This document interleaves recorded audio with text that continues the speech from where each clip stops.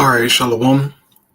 I want to start off as always by giving our praises and glory unto Yahweh, Bahashim and Hushai, Bahashim, Racha HaKodash. Double honors unto the apostles, the elders, and the bishops of Great Millstone. I want to send much love unto the brothers out there doing his work in truth and sincerity.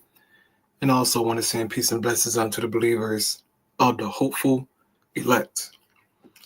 And in this lesson, I wanted to read about the coming blessings and promises that the children of Israel will receive in the kingdom of heaven. Now, we understand through the scriptures that it's going to start off with the elect first of receiving these blessings. But ultimately, we know that the Most High is going to bless all of his people and make them all righteous, okay, via the new covenant. And so I just want to get into these promises, man, as encouragement to keep fighting and keep pushing, because what's coming for us, man, we really can't put into words what the Heavenly Father has in store for his people, especially the elect, all right? But ultimately for all the Jake, man, it's going to blow our minds, all right? The Lord really going to change our economic status. He's going to change our bodies, our minds, everything, okay? He's going to exalt his people and put Jake back on top for eternity, okay? And it's going to blow people's minds. It's going to blow our minds from seeing Jake being cursed down and out, you know, in the hood, dealing with poverty, catching hell, being shot down in the streets. I mean, just so much stuff happened to Jake, man. All right, we're cursed. But these promises foretells of restitution, man, of Jake being blessed again, of Jake being exalted again in their right minds. And so this is something that we all look forward to. And I'll get into this here, man, and I pray that it's edifying. So I have the Grok pulled up here, and I got the book of Isaiah 61 pulled up, and I just scrolled down to verse 4. All right, so I'll start here, and I pray that it's edifying. So this is Isaiah 61 and verse 4. It says, "They shall build up the ancient ruins. They shall raise up the former devastations. They shall repair the ruined cities, the devastations of many generations." And so I asked Grok to go into detail about these precepts here, right? So he says, they shall build up the ancient ruins. The restored people actively participates in rebuilding their land, likely referring to the physical restitution of Jerusalem and Judah after exile. Now, the restored people will be the elect first and foremost, but it will be all of Israel, okay? But in the kingdom of heaven, we will not physically do work, okay? And actually use a hammer and a nail or any kind of, tools to build the kingdom of heaven. No. The heathen shall build up our walls, as it's going to say in Isaiah chapter 60. I have it pulled up. But the Most High is going to restore us, man. All right? And Israel, the land of Israel, our kingdom will be built back up, right? It says, raised up the former devastations. This reinforces the ideal of reconstructing what was destroyed, both physically, cities, and socially, communities. And we know that our land was destroyed, right? Jacked up, Heathen came in, took over. But it's going to be set back in its right order. Okay, the Heavenly Father is going to judge that land, right? He's going to rain fire on the land of Israel to cleanse it out. From Esau, from Cush, all the heathens over there, man. Ishmael, the Lord going to destroy it. And then it's going to be reconstructed, right? And the tribes are going to get their inheritance back, their cities back, their communities back, man. No more being in the ghettos of America or, wherever Jake may be. This trash is going to be destroyed, man. And we're going to get good, clean cities back, all right? Esau's cities are full of drugs, homeless peoples, and whores, and all manner of just wickedness, okay? Downtown Houston is a damn toilet bowl. A bunch of nothingness, okay? A bunch of filth. That's downtown Houston, man. But our cities in Israel are going to be restored with rubies and stones and all kind of elements, man. And all those cities going to be righteous. Matter of fact, brothers going to have their own cities. You know how Esau got his cities today? Esau got cities, bro, named after him, right? Houston, that's named after Esau. They, get credit for this city. So how much more in the kingdom of heaven? If people are amazed by New York, Houston and Chicago and LA, Miami, people are amazed by those cities, Paris, right? London, they're amazed by those cities. How much more in the kingdom, bro?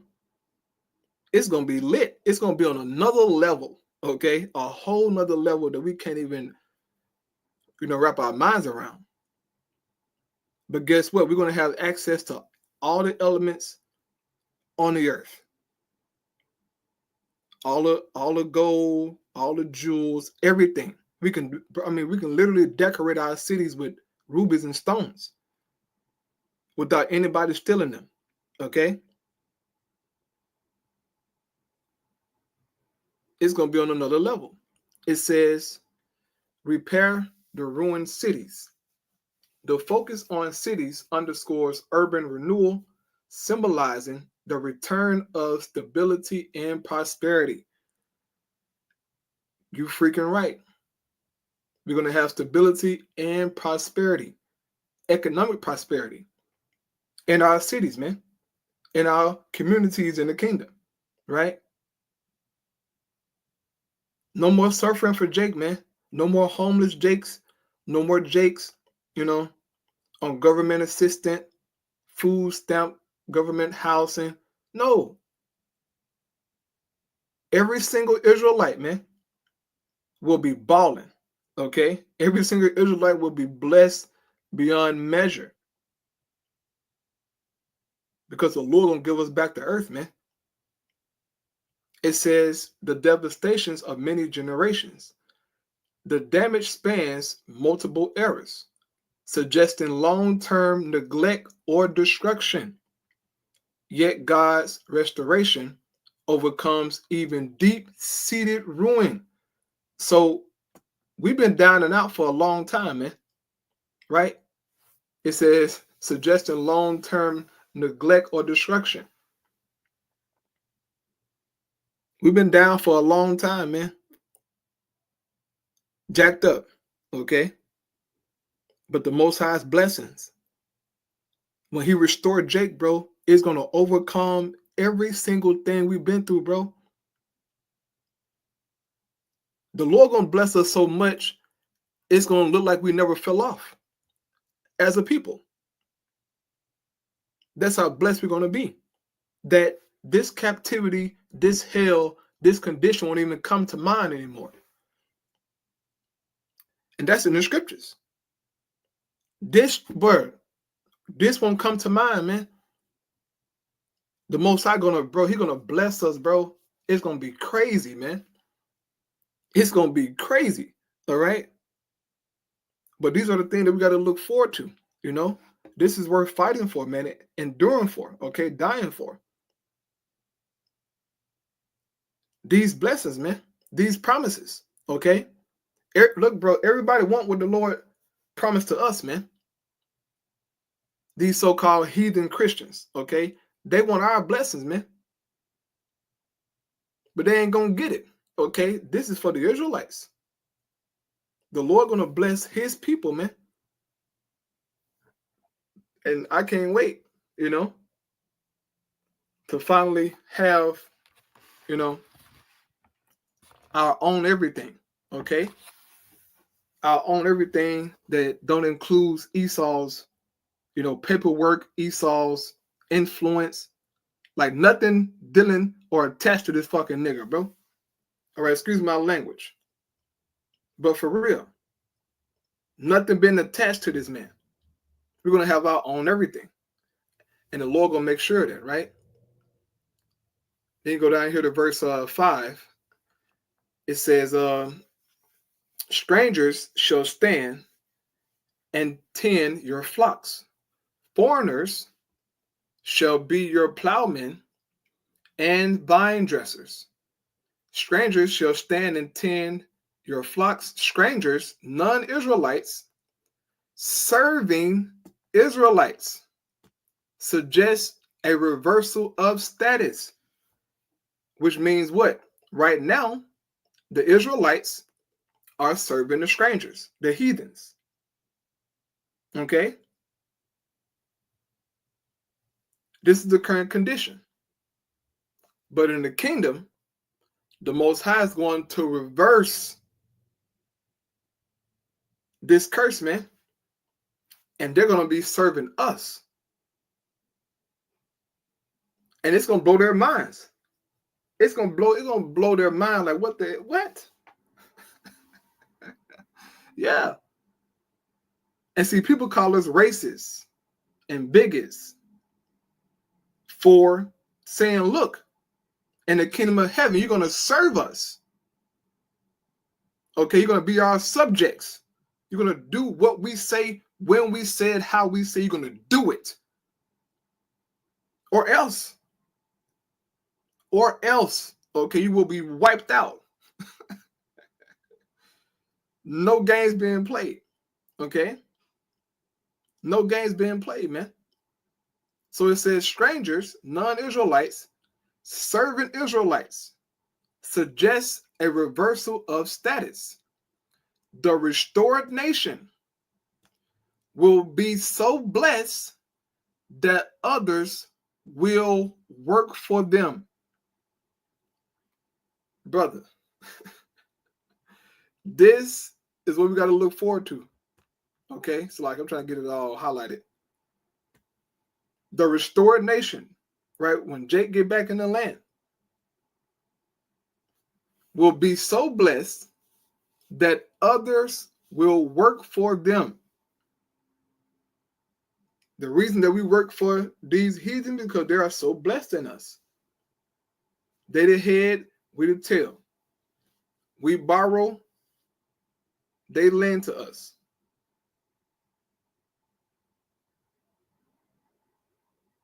So the Lord gonna reverse those curses, man, and they're gonna work for us. Okay, it says, foreigners shall be your plowmen and vine dressers.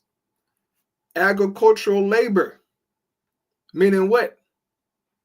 You're gonna be in the field. Just how Jake was in the field, serving, picking cotton, sugar canes, you name it, right? Agricultural labor, central to ancient economies, will be performed by outsiders, okay? Non-Israelites, freeing God's people for higher purposes or indicating their prosperity. You're freaking right. Jake will be freed from labor, man. And all Jake know is working, bro. That's all Jake know is serving, working, man. This is a goddamn curse, bro.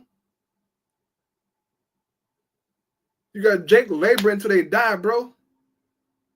There have been millions of Jakes went to the grave, man. Laboring, bro, for these crackers, man. Bodies all jacked up. Sorrow, man. Jake takes sorrow to the grave, man. Hell, okay? Hell. The Lord gonna change that, man. So they're gonna be doing agricultural labor in the field, okay? It says this reflects a common biblical motif where nations serve Israel in the Messianic age, e.g., Isaiah 60, 10 through 12, symbolizing God's favor and the elevation of his people. He's going to make a separation from the nation. It's going to be known in the kingdom of heaven who are God's people and who are not. Those who are not, you will be slaves. This is what Grok telling you, right? Artificial intelligence. Grok is telling you in the kingdom of heaven, if you're not an Israelite, you're going to be a slave to the Israelites. So Grok agree with what we've been saying. Now, moving on to Isaiah 60, and I'll close out on this here. But I want to start at verse 5, right? This is Isaiah 60 and 5. It says, then you will look and be radiant. Your heart will throb and swell with joy. The wealth of the seas will be brought to you. To you, the riches of the nations will come. Explanation. It says, the sight of the returning exiles and the nation's tributes fills Zion with joy and radiance. You see that? The nation's tribute. A tribute pretty much is a tax. Okay?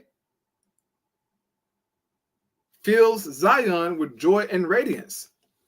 The wealth of the seas and riches of the nations suggests economic prosperity, right? And tribute from foreign lands, symbolizing God's blessings and Zion's elevated status. So we're going to have economic prosperity, man. Everything that Jake do will prosper. Everything Jake invests in, they started, bro, whatever it may be, he's going to prosper, man. No more getting bank loans, this loan, that loan, waiting on Esau's approval, some stupid paperwork. No. We're going to have our own economy, okay? Wall Street going to be gone. All this trash going to be gone, okay? Esau's dollar going to be gone. It's going to be Jake world, man.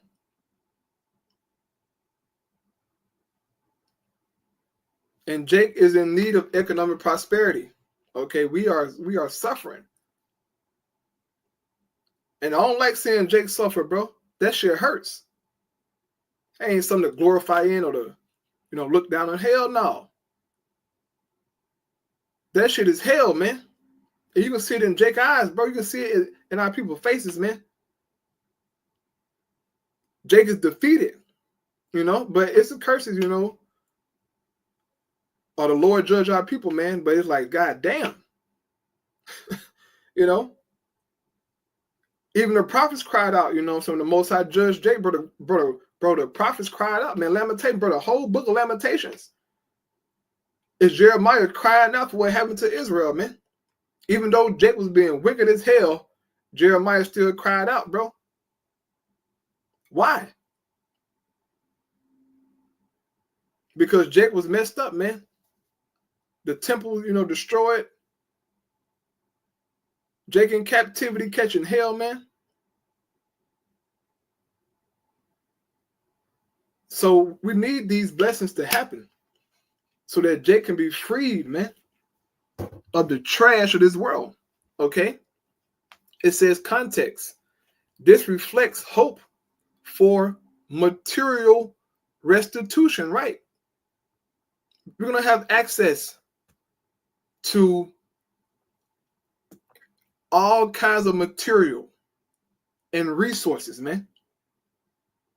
Anything, everything. We're going to have access to it. Okay?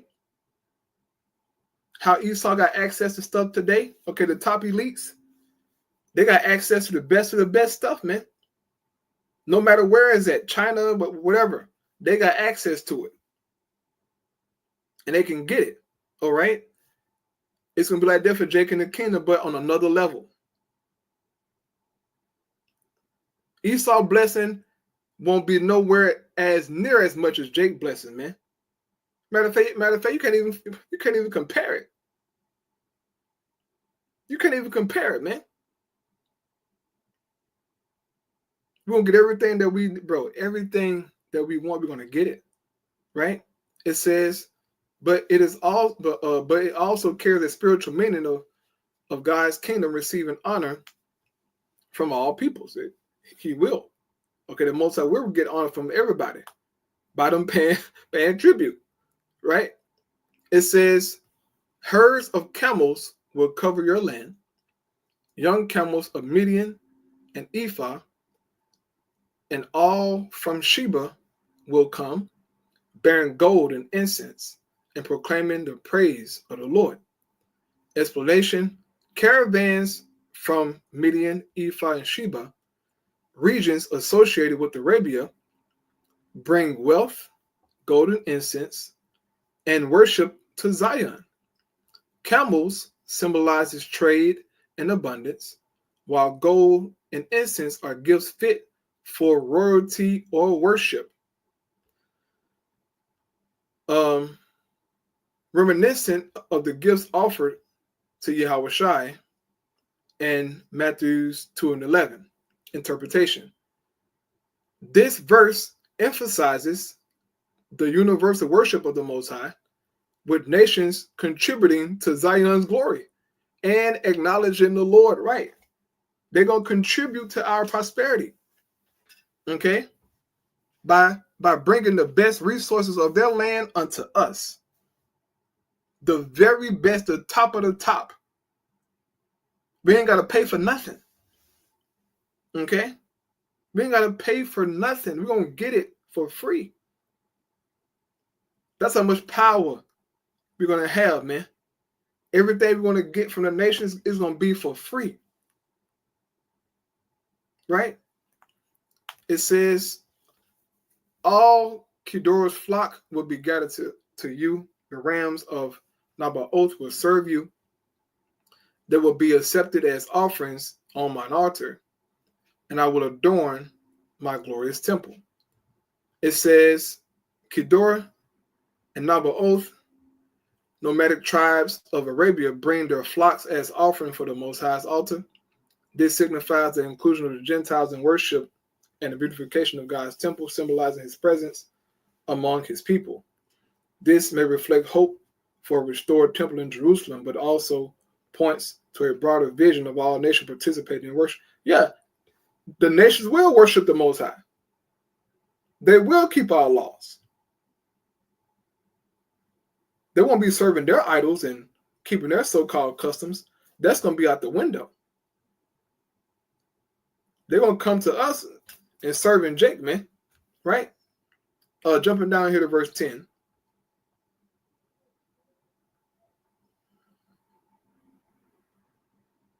Verse 10 says, foreigners will rebuild your walls, and their kings will serve you. Though in anger I struck you, in favor I will show you compassion. Explanation.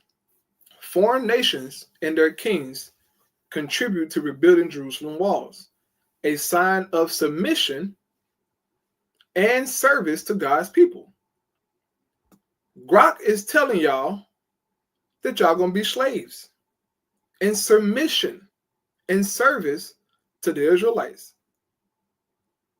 But when we said it's hateful, is it's radical, well, Grok is saying the same thing. So is Grok racist? Is Grok radical for making this point? He's not. It says the verse acknowledges past divine judgment. In anger, I struck you, right? But promises restoration through the Most High's compassion. Interpretation: this reflects a reversal of fortunes, where former oppressors now serve the Most High's purpose. So these heathens, man, they're going to be in subjection unto Jake. All Jake, right? It says, your gates will always stand open. They will never be shut, day or night, so that people may bring you the wealth of the nations, their kings led in triumphal procession. It says, explanation: open gate symbolizes constant access and security. As nations bring their wealth to Zion, the kings led in triumphal procession suggests their submission to the Most High's authority, right? They're going to be in captivity. It says, context: this envisions a peaceful, prosperous Jerusalem, no longer needing to close its gates for defense, right? Because guess what? Ain't nobody going to attack us. It would be bananas to do that. Verse 12 says, for the nation or kingdom that will not serve you will perish. It will be utterly ruined.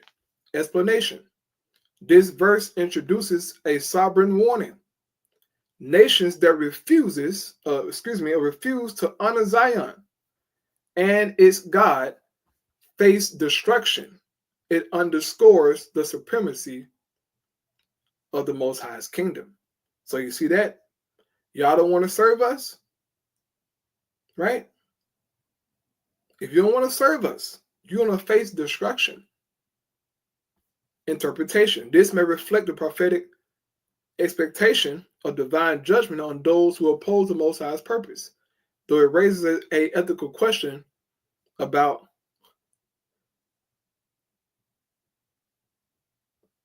a corrosion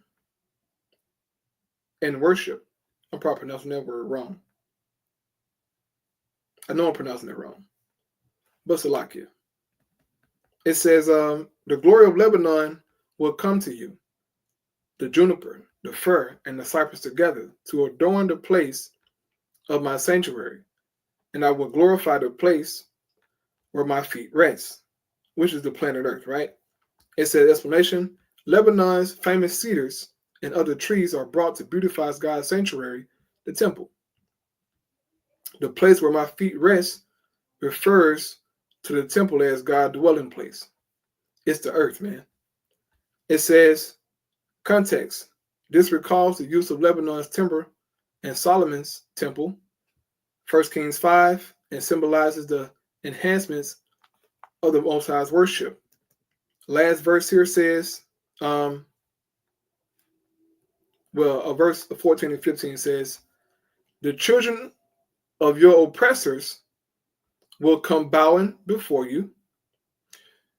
You, all who despise you, will bow down at your feet and will call you the city of the Lord, Zion of the Holy One of Israel. Explanation: former enemies now humbly honor Zion, acknowledging it as the Most High city. This reversal of status highlights the Most High's vindication for his people. Once again, it's telling you how the roles are going to be reversed for Jake, man. Right now, we're at the bottom, and the kingdom, we're going to be at the top of the top. Interpretation: this can be seen as both literal restoration of Israel and a spiritual vision of the triumph of the Most High's kingdom. Last verse here says 15, although you have been forsaken and hated, with no one traveling through, I will make the everlasting pride. I will make you the everlasting pride and the joy of all generations. Explanations. Zion past desolation is contrast with his future glory. The Most High's promises to transform it into a source of pride and joy for all generations, emphasizing enduring blessing. Context. This speaks to the